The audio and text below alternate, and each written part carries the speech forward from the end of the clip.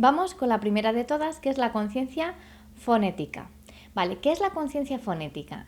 La conciencia fonética es la habilidad que tenemos las personas para operar, para trabajar con los sonidos del habla. Los sonidos del habla son los fonemas, de ahí su nombre, conciencia fonética, ¿vale? También se llama conciencia fonémica, realmente son sinónimos.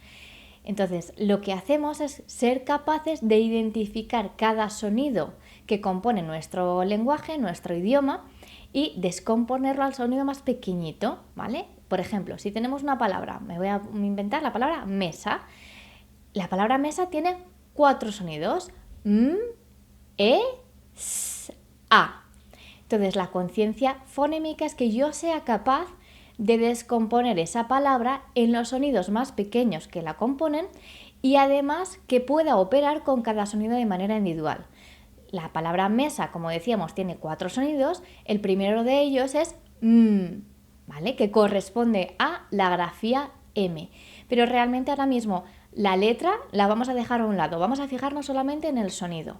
Entonces, si una persona tiene una buena conciencia fonémica, una conciencia fonética o fonológica, también se llaman así, lo que va a ocurrir es que cuando yo le digo el sonido busca palabras con el sonido pues me va a poder decir un montón: mesa, mamá, montaña, Manuela, ¿de acuerdo? Porque sabe que esas palabras comienzan por ese sonido que yo le he dado.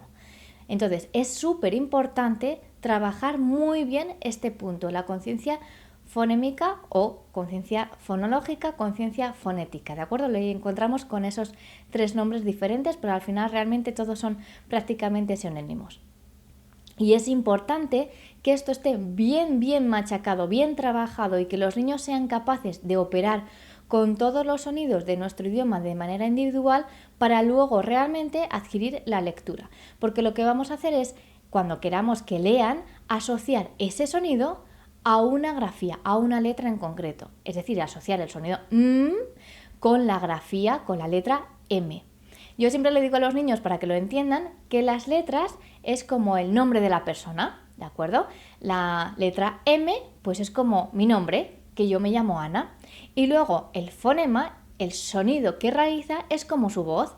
Entonces la letra M tiene el sonido es como yo, que me llamo Ana, y esta es mi voz, la que estás escuchando. Entonces las letras tienen nombres y sonidos. Los nombres son las grafías, las letras propiamente dicha, con lo que tú escribes. Y el sonido es el fonema, es el sonido que realiza cada letra. Nos vamos a encontrar que en castellano hay varias letras que producen fonemas o sonidos diferentes. Por ejemplo, la letra R tenemos 2 fonemas asociados, la R fuerte, rrr, y la letra R suave, ¿no? ¿De acuerdo? Lo que llamamos R y R. Por ejemplo, la letra C nos ocurre exactamente igual. La letra C tiene el sonido K y el sonido Z. ¿De acuerdo? Entonces, es importante que los niños sepan operar con los sonidos. Luego ya les explicaremos en etapas posteriores que ese sonido se asocia con diferentes letras y que hay letras que tienen 2 sonidos. Yo les digo a los niños que es que hay letras que son pues bilingües y saben decir 2 idiomas diferentes, ¿vale? Saben 2 idiomas cada letra y entonces por eso pueden hacer esos 2 sonidos. Pero tú se lo puedes explicar como buenamente quieras.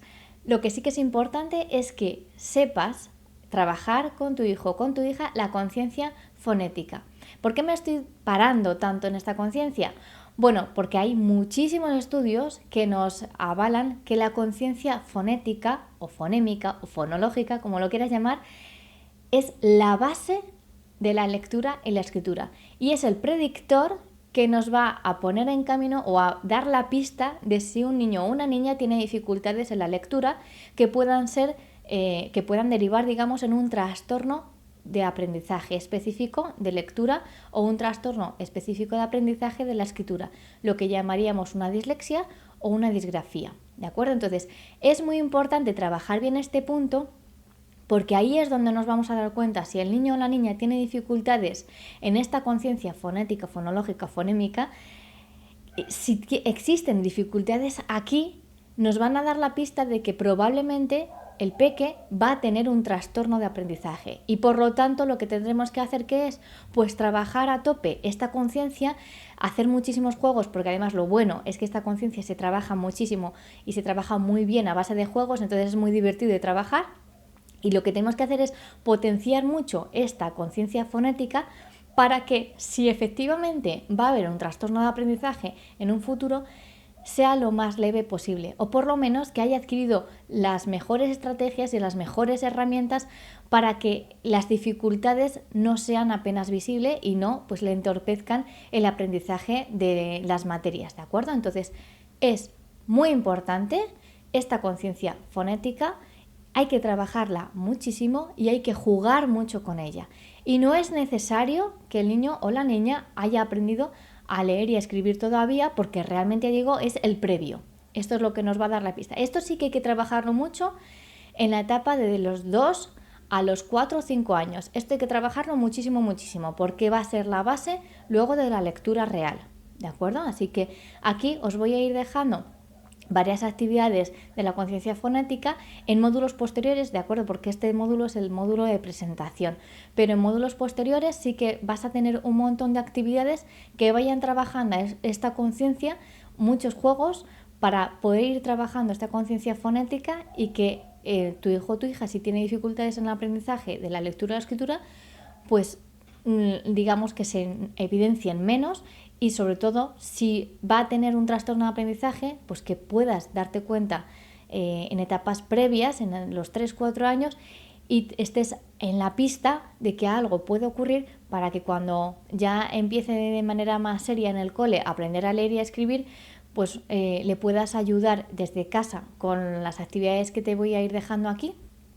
O bien, en el caso de que realmente hay un trastorno severo, pues puedas acudir a un profesional que va a trabajar esta parte y luego tú en casa puedas seguir potenciando con todas las actividades que yo te voy a ir dejando en módulos posteriores sobre la conciencia fonológica, fonética o fonémica, ¿de acuerdo?